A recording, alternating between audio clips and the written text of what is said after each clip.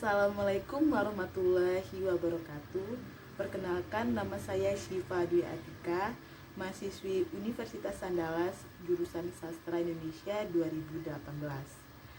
Di sini saya akan menjelaskan tentang variasi bahasa yang merupakan salah satu materi dalam mata kuliah dialektologi.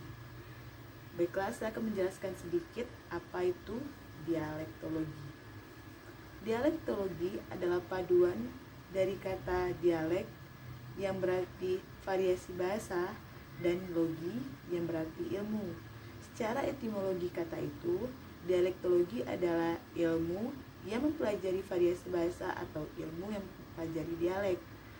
Baiklah, kita lanjut ke pembahasan mengenai variasi bahasa.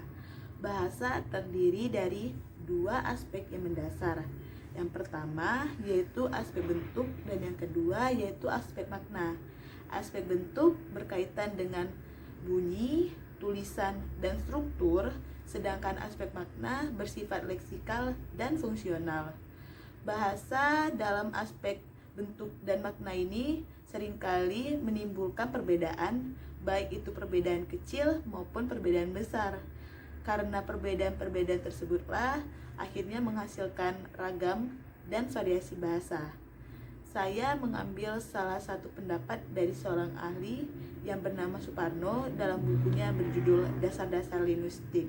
Beliau mengemukakan bahwa variasi bahasa itu terdiri dari variasi kronologis, variasi geografis, variasi sosial, variasi fungsional, variasi gaya atau style, variasi kultural, dan yang terakhir yaitu variasi individual. Yang pertama yaitu variasi kronologis. Variasi kronologis adalah variasi bahasa yang disebabkan oleh faktor keurutan waktu atau masa. Wujud nyata pemakaian bahasa ini dinamakan kronolog. Contohnya seperti dulu orang mengatakan zaman sekarang atau bagus sekali. Sedangkan sekarang orang lebih mengatakan zaman now atau keren sekali. Selanjutnya kita ke variasi geografis. Variasi geografis adalah variasi bahasa yang disebabkan oleh perbedaan geografis atau regional. Sebab itu juga variasi ini bisa dikatakan variasi regional. Wujud nyata pemakaian bahasa ini dinamakan dialek atau dialek regional. Contohnya seperti di tempat saya mengatakan kata tidak bisa nido, bisa dide, dan bisa juga ida. Ini terjadi karena di provinsi saya sendiri yaitu Bengkulu, kita membagi wilayah menjadi wilayah Bengkulu Tengah, Bengkulu Selatan, Bengkulu Utara, dan Kota Bengkulu. Kemudian lanjut ke variasi selanjutnya yaitu variasi sosial. Variasi sosial adalah variasi bahasa yang disebabkan oleh perbedaan sosiologis. Variasi sosial ini sering disebut juga sosiolek. Sosiolek terbagi lagi atas beberapa variasi bahasa. Yang pertama yaitu akrolek. Akrolek adalah realisasi variasi bahasa yang dipandang lebih bergengsi atau lebih tinggi dari varietas-varietas lainnya. Contohnya seperti bahasa-bahasa yang digunakan oleh para bangsawan. Kemudian lanjut ke variasi basile.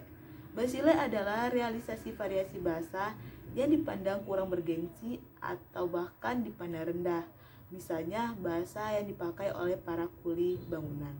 Lanjut, yang ketiga yaitu vulgar.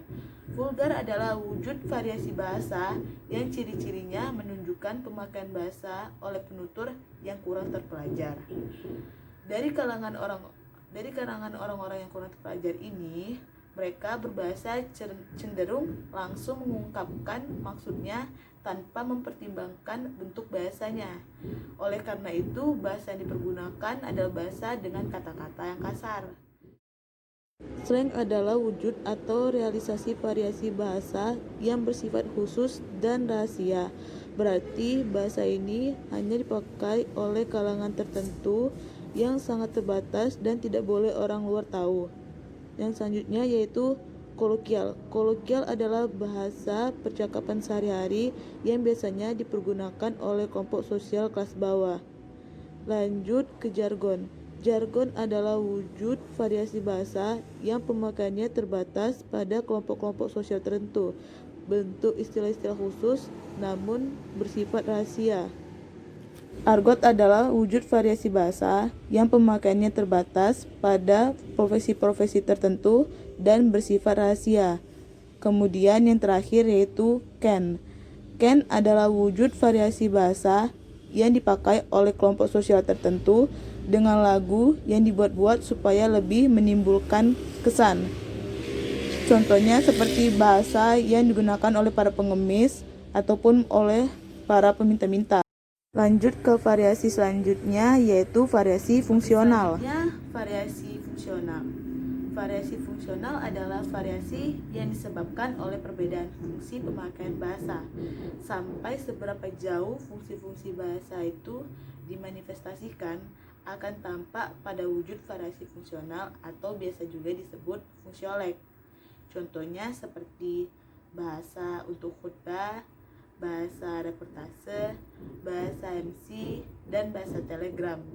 Lanjut ke variasi berikutnya yaitu variasi gaya atau style. Variasi gaya atau style ini adalah variasi bahasa yang disebabkan oleh perbedaan gaya atau style.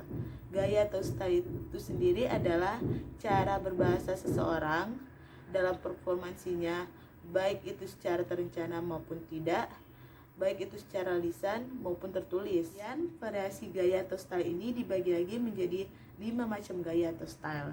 Yang pertama yaitu gaya frozen.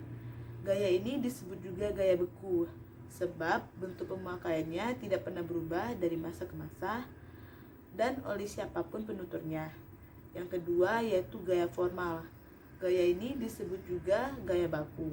Pola dan kaidahnya sudah ditetapkan secara mantap sebagai suatu standar dan pemakaiannya dirancangkan pada situasi resmi. Kemudian gaya yang ketiga yaitu gaya konsultatif. Gaya ini sering juga disebut setengah resmi atau gaya usaha. Disebut demikian karena bentuknya terletak di antara gaya formal dan gaya informal. Pemakaian gaya konsultatif kebanyakan dipergunakan oleh para pengusaha atau kalangan bisnis. Selanjutnya yaitu gaya kasual. Gaya kasual ini adalah gaya bahasa yang kita gunakan sehari-hari. Gaya yang terakhir yaitu gaya intim. Gaya ini disebut juga gaya akrab karena biasa dipergunakan oleh para penutur dan hubungannya sudah amat akrab. Selanjutnya yaitu variasi kultural. Variasi ini disebabkan oleh perbedaan budaya masyarakat pemakainya. Suatu bahasa yang dipergunakan oleh penutur asli atau oleh penutur pribumi kadang-kadang mengalami perubahan dengan masuknya budaya lain. Varietas yang termasuk sebagai variasi kultural ini adalah sebagai berikut. Yang pertama yaitu vernakular. Vernakular adalah bahasa asli atau bahasa penduduk pribumi di suatu wilayah. Yang kedua yaitu pidgin. Pidgin adalah bahasa yang struktur maupun kosakatanya merupakan struktur campuran sebagai akibat pencampuran dua bahasa yang bertemu. Lanjut ke kreol. Kreol adalah pidgin yang sudah berlangsung turun-temurun sehingga struktur maupun kosakatanya menjadi mantap. Bahkan kreol dapat diangkat menjadi bahasa resmi suatu negeri. Yang terakhir yaitu lingua franca. Lingua franca adalah bahasa yang diangkat oleh para penutur yang berbeda budayanya untuk dipakai bersama-sama sebagai alat komunikasi. Baiklah, kita lanjut ke variasi yang terakhir yaitu variasi individual. Yang terakhir yaitu variasi individual. Variasi ini disebabkan oleh perbedaan perorangan. Wujud variasinya dinamakan idiolek. Setiap individu pasti memiliki ciri tuturan yang berbeda dengan penutur lain. Ciri pembeda tersebut terletak pada warna suara, pilihan kata, gaya bahasa, susunan kalimat, dan lain sebagainya. Itulah sebabnya kita dapat mengenal seseorang lewat tuturnya meskipun kita tidak melihat si penutur. Itu saja yang dapat saya jelaskan mengenai variasi bahasa. Lebih dan kurangnya saya mohon maaf. Assalamualaikum warahmatullahi wabarakatuh.